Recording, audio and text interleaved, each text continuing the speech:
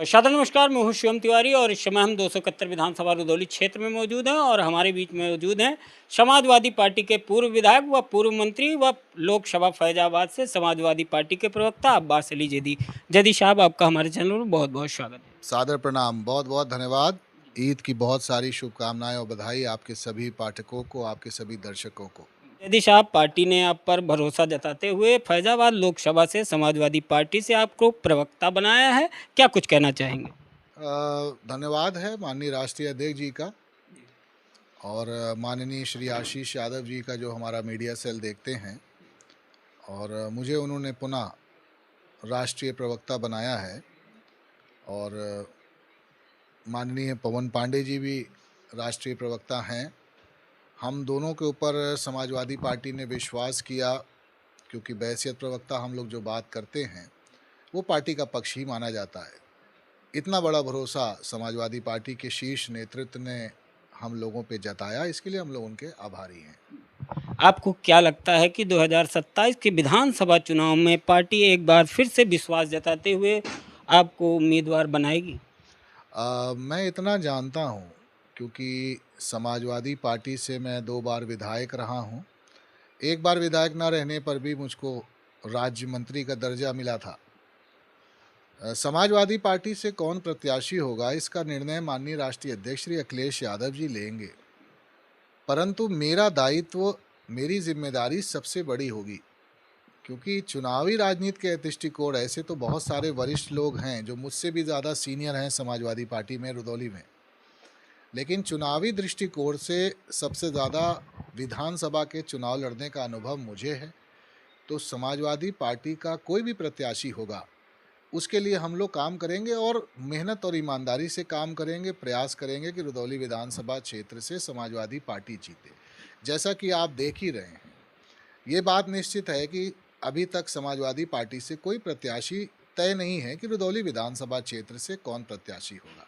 बहुत सारे लोग हैं जो इस बात को मान के चल रहे हैं कि मुझे पार्टी कैंडिडेट बनाने जा रही, लेकिन वास्तविकता ये है कि राजनीति में कोई भी निर्णय किसी के पक्ष में होने के बाद भी बदल सकता है, जैसा कि पिछली बार हुआ था। मैं एक बात जानता हूँ कि समाजवादी पार्टी यहाँ लड़ेगी और समाजवादी पार्टी से कोई ना कोई कैंडिडेट भी होगा। हम लोग पिछले 1.5 सालों से पार्लियामेंट के चुनाव से लेकर अब तक लगातार, जो 6 महीना अस्वस्थ रहा, मैं अपनी कंडीशन की वजह से नहीं निकल पाया, उसकी भरपाई करने के लिए लगातार 1.5 सालों से हम लोग जनता के बीच में रात दिन जुटे हैं। जबकि जानते हैं कि अभी कोई टिकट फाइनल नहीं है। उसी के फ़ौरन बाद हम लोग को अभी 1 साल चुनाव का समय है, लगभग 1 साल का समय है। 1 साल अभी और मेहनत करना है। तो कम से कम समाजवादी पार्टी के कार्यकर्ता, समाजवादी पार्टी के नेता और समाजवादी पार्टी के पक्ष में वोट देने वाली जनता इस बात को समझ रही है कि ये जो भी मेहनत और जो भी प्रयास हो रहा है वो व्यक्तिगत निजी अपने लिए नहीं हो रहा है, क्योंकि कोई तय नहीं है कि किसको चुनाव लड़ाएंगे। और मैं तो अपना निजी अनुभव बता रहा हूँ। समाजवादी पार्टी के राष्ट्रीय अध्यक्ष जी ने मुझको कैंडिडेट बनाया और उसके बाद उन्होंने मुझसे बेहतर कैंडिडेट को चुनाव लड़ाया। तो राजनीति में ये चीज़ नहीं है। तो अगर हम लोग प्रयास कर रहे हैं, मेहनत कर रहे हैं, तो जनता को भी ये बात का एहसास है कि ये समाजवादी पार्टी को मजबूत करने के लिए किया जा रहा है, स्वयं की मजबूती के लिए नहीं किया जा रहा है। जनता को ये लगना चाहिए और समाजवादी पार्टी के कार्यकर्ताओं को भी समझना चाहिए कि रात दिन में हमारे साथ जो लोग भी आप लोग मेहनत कर रहे हैं, या संगठन के लोग मेहनत कर रहे हैं, या तमाम नौजवान अपने निजी काम को छोड़ करके मेहनत कर रहे हैं, तो ये कहीं ना कहीं सिर्फ और सिर्फ हम लोगों का लक्ष्य एक है कि रुदौली विधानसभा क्षेत्र से समाजवादी पार्टी और जनपद अयोध्या जी में हमारे नेता माननीय अवधेश प्रसाद जी के नेतृत्व में 5 की 5 सीटें जीत करके पूर्ण बहुमत की सरकार माननीय अखिलेश यादव जी की बने। रुदौली से 3 बार से विधायक हैं रामचंद्र यादव, उनको हरा पाना कितना मुश्किल मानते हैं? देखिए, रुदौली विधानसभा क्षेत्र में आज की तारीख में समाजवादी पार्टी और समाजवादी पार्टी के शीर्ष नेता, हमारे राष्ट्रीय नेता माननीय अखिलेश यादव जी की जो रीत और नीतियां हैं, या जो उनके पिछली सरकार के काम हैं, या आने वाले समय में जो उनका विज़न है उत्तर प्रदेश को जहां तक ले जाना, ये सारी चीज़ों को अगर आप साथ में जोड़ के देखते हैं तो समाजवादी पार्टी के पक्ष में माहौल है। और समाजवादी पार्टी के पक्ष में माहौल सिर्फ रुदौली विधानसभा क्षेत्र में नहीं है, पूरे उत्तर प्रदेश में है। और इसी कारण मैं इस बात को कह सकता हूं कि इसी तरह समाजवादी पार्टी के कार्यकर्ता मेहनत और लगन से अगर कार्य करते रहे और बड़ी तादाद में वो लोग, वो नौजवान जो किसी भी समाज के हों, किसी भी जाति या धर्म के हों, जो डायरेक्ट अखिलेश यादव जी के विजन से प्रभावित हैं, जिनको नौकरियां चाहिए, जिनको सम्मान चाहिए, जिनको रोजगार चाहिए, जिनको बराबर के अधिकार चाहिए, वो नौजवान इसी तरह अगर मोबिलाइज रहे तो रुदौली विधानसभा के साथ साथ उत्तर प्रदेश में समाजवादी पार्टी बहुत बड़ा बहुमत लेकर के माननीय राष्ट्रीय अध्यक्ष श्री अखिलेश यादव जी पुनः यहाँ के मुख्यमंत्री होंगे। यदि साहब आपने एक नारा दिया था बाहरी भगाओ को, लेकिन जनता ने उसे स्वीकार नहीं किया, क्या वजह रही?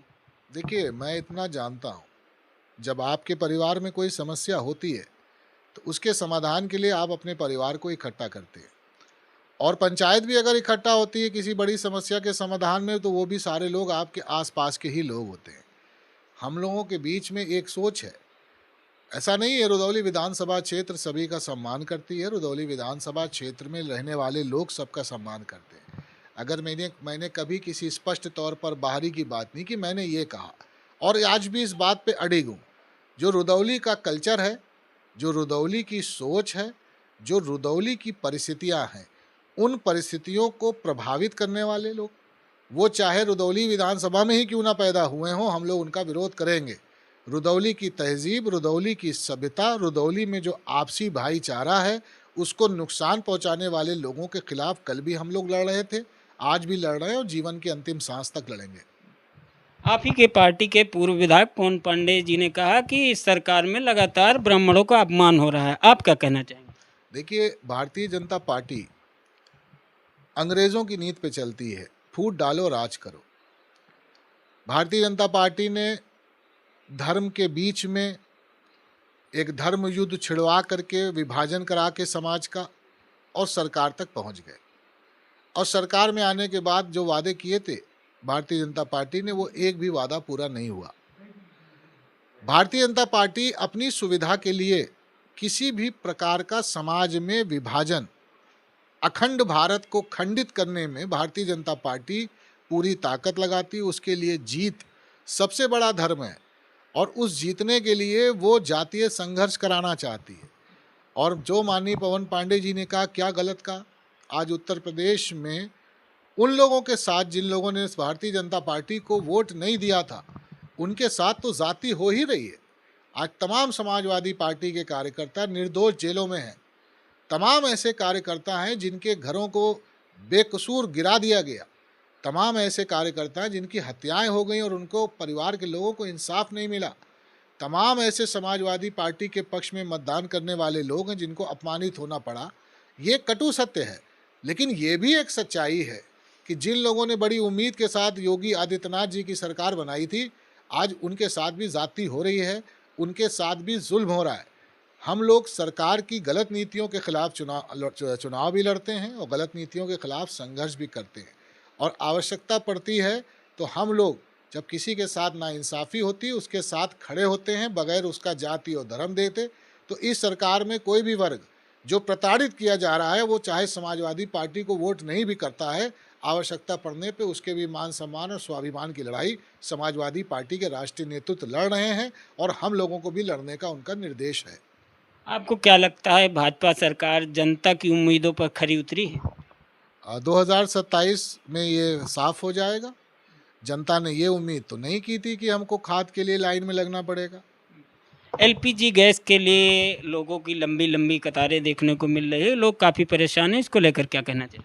देखिए, भारतीय जनता पार्टी की चाहे केंद्र की सरकार हो और चाहे प्रदेश की सरकार हो, मैं आपके दर्शकों से ये आग्रह करूंगा कि थोड़ी देर के लिए हमारी आपकी जो भी दलगत भावनाएं हैं उनसे अपने मन को हटा करके सत्यता पे एक बार इस पर विचार करिए।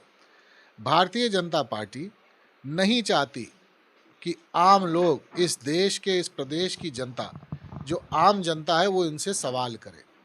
भारतीय जनता पार्टी ये नहीं चाहती कि लोग पूछें कि जो 15 लाख रुपए हर नागरिक के खाते में आने वाले थे वो क्यों नहीं आए। भारतीय जनता पार्टी ये नहीं चाहती कि लोग पूछें कि जिन महिलाओं की सुरक्षा की बात हो रही थी, उन महिलाओं की सुरक्षा क्यों नहीं हुई। भारतीय जनता पार्टी ये नहीं चाहती कि किसान पूछे कि आपने वादा किया था कि हमारी आय दुगनी होगी, आज किसान आत्महत्या करने पे मजबूर है और आपको वास्तविकता बताऊं, ये केंद्रीय सरकार के ब्यूरो के आंकड़े हैं कि आज उत्तर प्रदेश में और 13% किसान कर्जदार हो गए। तो ये नहीं चाहते, तो जनता को उनकी निजी ज़रूरतों पे उलझाने में ये बहुत माहिर लोग हैं। नोटबंदी में लाइन में लगवा दिया, फिर जीएसटी के लिए लाइन में लगवा दिया, भारत बंद के नाम पर राशन के लिए, अपनी दवाओं के लिए लाइन में लगवा दिया, किसानों की लंबी कतार और उस कतार पे चलती हुई पुलिस की लाठियां खाद के वितरण के समय भी आपने देखी, और आज सिलेंडर के लिए। तो ये भारतीय जनता पार्टी लोगों की परेशानी, लोगों की मजबूरियों का फ़ायदा उठाना और उसकी मार्केटिंग करना जानती है, और इसीलिए ये प्रयास करते हैं कि लोग अपनी अपनी निजी ज़रूरतों पर उलझे रहें ताकि सरकार से सवाल न करें।